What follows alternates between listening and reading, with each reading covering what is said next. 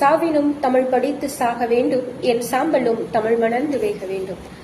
அனைவருக்கும் தமிழ் வணக்கம். நான் உங்கள் வனசெல்வி அரவிந்தன். தினம் ஒரு திருக்குறள்.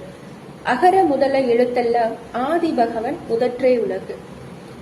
அகரம் என்கிற எழுத்து அல்லது ஒளி, அதுதான் எழுத்துக்களுக்கெல்லாம் மூல ஒளி. அதுபோலதான் இவ்வுலகிற்கெல்லாம் அண்டங்களுக்கெல்லாம் மூலமாக ஒரு ஆதி இறைநிலை இருக்கிறது. இதைத்தான் வள்ளுவம் சொல்லுகிறது. ஆச்சரியத்திற்கெல்லாம் ஆச்சரியம் என்ன தெரியுமா? நம் உடலினுள் எத்தனையோ உறுப்புகள் இயங்குகிறது. இரைப்பை அரைத்து கொண்டே இருக்கிறது. நாம் உண்கிற உணவு குழாய் வழியாக குடிக்கிற தண்ணீர் சென்று கொண்டே இருக்கிறது. ஆனால் எந்த சத்தமும் கேட்கவில்லை இந்த காதுகளுக்கு. வெளியில் யாரேனும் நடந்து வந்தால் அது கேட்கிறது. வெளியில் நடக்கும் அத்தனையும் கேட்கிறது. உள்ளுக்குள் எத்தனையோ இயந்திரங்கள் இயங்கிக் கொண்டே இருக்கிறது. நம் காதுகளுக்கு கேட்கவில்லை. ஏனெனில் இறை நம்மை அவ்வாறு படைக்கவில்லை. அது ஆச்சரியம் தானே? அதனைத்தான் கடவுள் வாழ்த்தில் வள்ளுவமும் கூறுகிறது. அனைத்திற்கும் மூலம் அந்த ஆதி என்று.